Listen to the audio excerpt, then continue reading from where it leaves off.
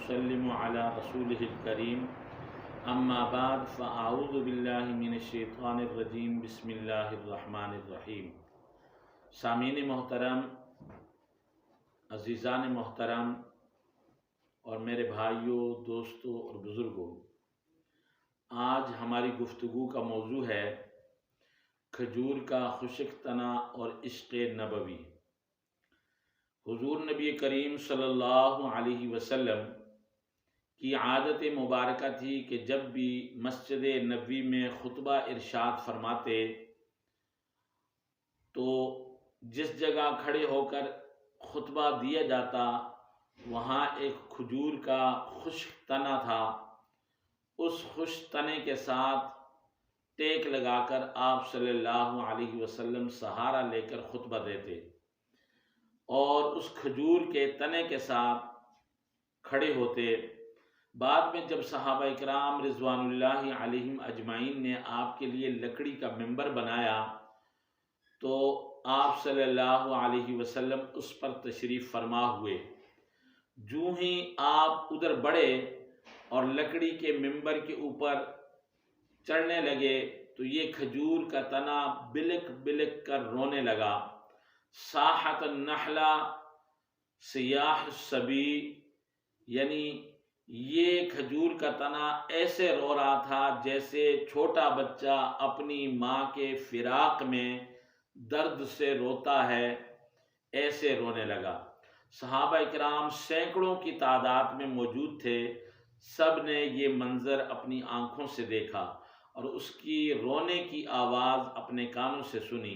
حضرت جابر رضی اللہ تعالی عنہ فرماتے ہیں ایسا معلوم ہوتا تھا کہ یہ ستون اب پھٹ جائے گا، حتیٰ کادت ان تشق، کہ آپ نے جب اس ستون کی یہ حالت دیکھی تو آپ ممبر سے نیچے اتر آئے اور اس کے پاس تشریف لے گئے، اس کے اوپر ہاتھ رکھا بلکہ اس کو سینے سے لگایا۔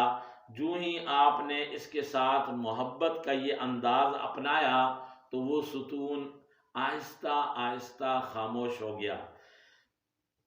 جیسے بچہ خاموش ہوتا ہے اسی طریقے سے وہ ستون بھی رونے سے آہستہ آہستہ خاموش ہو گیا۔ صحابہ اکرام نے اس ستون کا نام اسطوانہ حنانہ رکھ دیا، اور آج بھی مسجد نبوی میں اس کھجور کے خشک تنے کی جگہ پر جو ستون ہے اس ستون کا نام اسطوانہ حنانہ موجود ہے اور اس ستون پر لکھا ہوا ہے۔ اس واقعے سے یہ پتہ چلتا ہے اور کہ آپ کا یہ عجیب و غریب معجزہ کہ ایک خشک کھجور کا تنا رونے لگا اور اس کے رونے کی آواز سینکڑوں کی تعداد میں صحابہ اکرام نے خود سنی۔ لکڑی کے ستون میں عشق نبوی کا اظہار کہ ایک درخت ہے اور وہ درخت خشک ہے، اس خشک تنے کے اندر آپ صلی اللہ علیہ وسلم کی کتنی محبت ہے۔ جو رسول اللہ صلی اللہ علیہ وسلم سے عقیدت رکھتا ہے کہ آج رسول اللہ صلی اللہ علیہ وسلم مجھے چھوڑ کر لکڑی کے ممبر پر تشریف فرما ہو رہے ہیں اور یہ بلک بلک کر رو رہا ہے، یہ غیر جو جاندار ہے، غیر جاندار ہونے کے باوجود بھی یہ آپ صلی اللہ علیہ وسلم سے کتنی محبت رکھتا ہے۔